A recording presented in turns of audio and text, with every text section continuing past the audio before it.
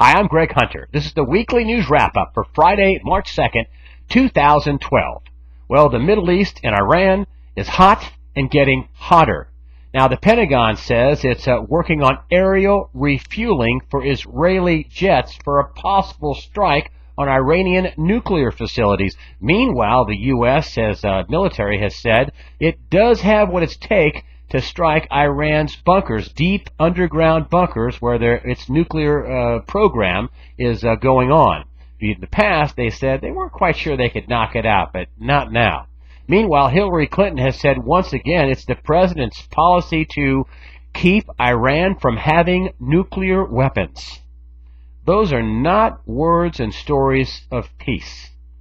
Meanwhile, on the other side of the Middle East, in Syria, that's hot and getting hotter and very bloody. It's a full-blown revolution. Just in the past week, a few hundred people died. Thousands have died already in the last several months. There are reports that the United States and France are arming the Syrian rebels. There are also reports that Iran and Russia is continuing to arm the Syrian government of Bashar Assad. I know why the Russians are arming, and this is something very important that people need to note, and that is Russia has a naval base on the Syrian coast. It is a strategic point in the eastern Mediterranean. I can't believe that Russia is going to give that up without a real fight.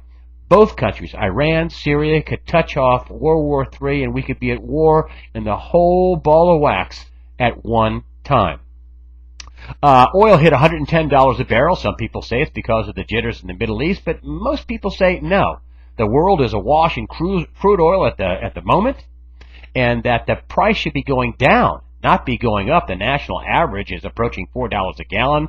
It's approaching $5 a gallon on both coasts. And, they say it's because simply the Federal Reserve has just printed up trillions and trillions of dollars for all these banker bailouts. We have banker bailouts here in the U.S., 0% interest rates, of course. We also have bailouts that the Federal Reserve is helping bail out European banks with these dollar swaps. And, Ben Bernanke was in front of Congress, in front of the House Finance Committee, and Ron Paul was just ripping him a new one over the debasement of the dollar.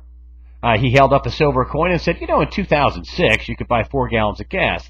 In 2012, you could buy 11 gallons of gas. And it means that the price of silver isn't going up. The value of the dollar is going down. And listen, oil is traded in dollars around the globe, and that's the first place it's showing up. Meanwhile, there's a new poll out that has Ron Paul and Mitt Romney, the only two GOP candidates that can beat Barack Obama in a national election.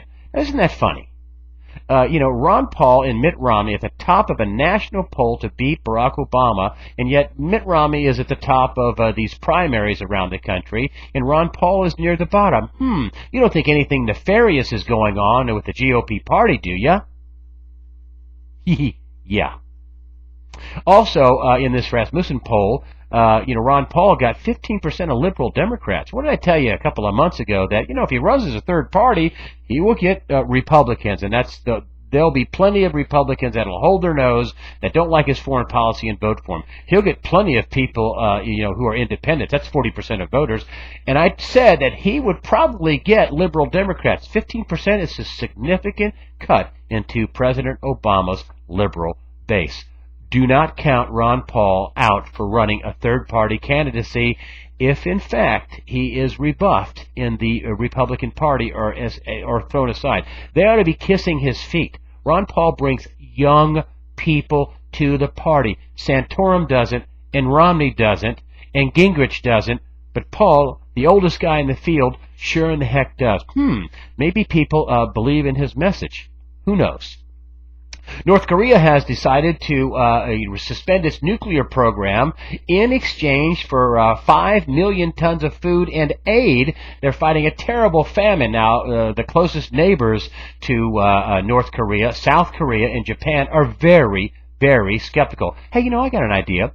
Why don't we trade some of that, 5 million tons of food and aid for a couple of those nukes they could fire at Japan or us or let Al-Qaeda get a hold of? Why don't we trade them food for nukes? They're desperate. They don't really need the nukes, can't eat them. That'll never happen. Also, Warren Buffett was out this past week and said the banks were the victims in the mortgage crisis. Can you believe that? Warren Buffett's got some big ones, doesn't he? Unbelievable. And, he wants to raise taxes on the wealthy, and maybe we do need to cut some of the subsidies for, some of the wealthy and some of the jets. I don't know. But I'll tell you what would really work. Stop the bailouts for people like Warren Buffett. Yes, Warren Buffett's Berkshire Hathaway fund would have been decimated had it not been for his government bailout trade. Let me just name a few of the companies that Warren Buffett invested in and we bailed out in one way or another. Let's see. There's AIG in Goldman Sachs where they got that $13 billion. There's General Electric. Warren Buffett invested in that. There is Wells Fargo. They've got some big largeness from the government. American Express, Bank of America. And there are many more. Let's not raise tax. Let's stop the bailouts and let Warren Buffett live with his picks. He's the brilliant, oracle from Omaha. Why don't we stop the bailouts? That'd be a great idea. Because you know who pays for the bailouts? Us. In 110 and beyond barrel of oil and inflation at food and everything else. And he doesn't care. He doesn't care if gasoline's $10 a gallon. He's only worth about $40 billion or something. Finally, the state of Virginia passed an NDAA Nullification Act. You remember that. Where they can put a black bag over your head without any due process and haul you off without any charges. Well, the state of Virginia passed by 39-1 a nullification of the NDAA. I hope 49 other states and Congress follows. There's always hope. That's the way I see it. I'm Greg Hunter. Thank you for supporting USAWatchdog.com.